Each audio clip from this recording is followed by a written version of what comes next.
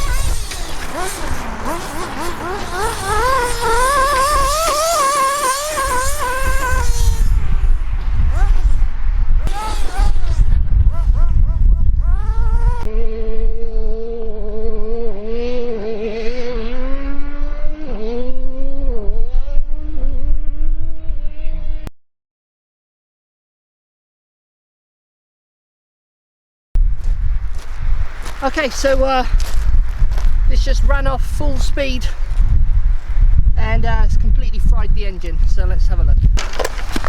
So I think what happened, I think the same thing actually happened earlier. I think the on-off switch basically got knocked.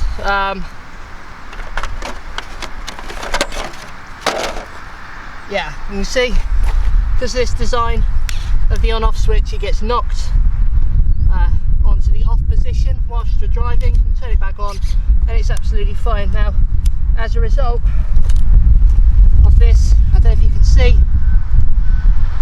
if you have a look in here, the Conrod of the engine has completely snapped because it was basically full throttle just over there in that field. So certainly this is going to need some work doing to it. You can see the engine is completely locked up, and that's pretty much totally the end of this outing, certainly, and probably quite a few more, to be honest, because that's going to be a pain in the ass to do. So I think this happened with the Trophy 3.5 probably about, I don't know, 5 years ago. Ran into a wall. Well, this one's just done exactly the same thing with that.